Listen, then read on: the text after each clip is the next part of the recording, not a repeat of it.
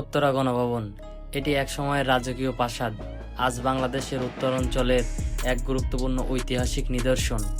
এর গল্প শুধু একটি ভবনের নয়, বরং এক সময়ের জমিদারি ঐতিহ্য ও ইতিহাসের প্রতিচ্ছবি।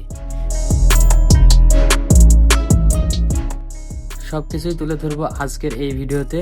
চলুন দেরি না করে ভিডিওটি শুরু করা যাক।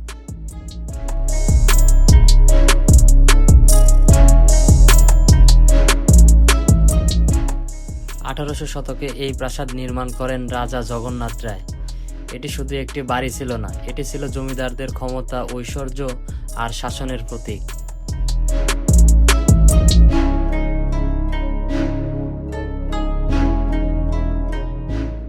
প্রাসাদের চারপাশে রয়েছে বিশাল বাগান, শান্ত পুকুর আর ইউরোপীয় স্থাপত্যের ছোঁয়া।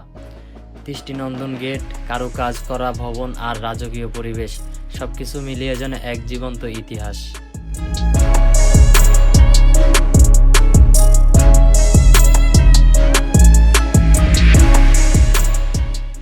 সময় বদলেছে, দেশ বদলেছে।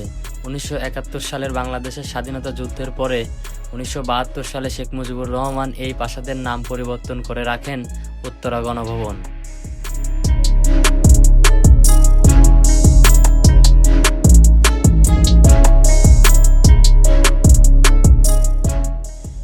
এরপর থেকে এটি রাষ্ট্রপতির উত্তরাঞ্চলীয় সরকারি বাসভবন হিসাবে ব্যবহৃত হচ্ছে।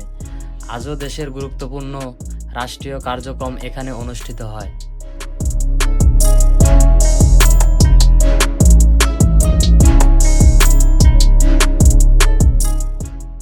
বর্তমানে উত্তরা গণভবন শুধু একটি সরকারি স্থাপনা নয়, এটি বাংলাদেশের ইতিহাস, সংস্কৃতি আর ঐতিহ্যের এক অমূল্য অংশ।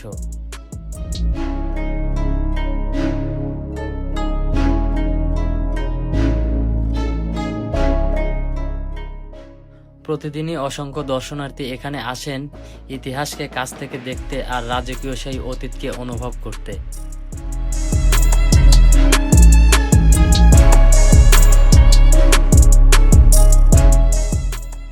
আপনি যদি ইতিহাস ভালোবাসেন, তাহলে একবার হলেও ঘুরে আসতে পারেন উত্তরা গণভবনে, কারণ এটি শুধু একটি স্থান নয়, এটি আমাদের গৌরবের গল্প।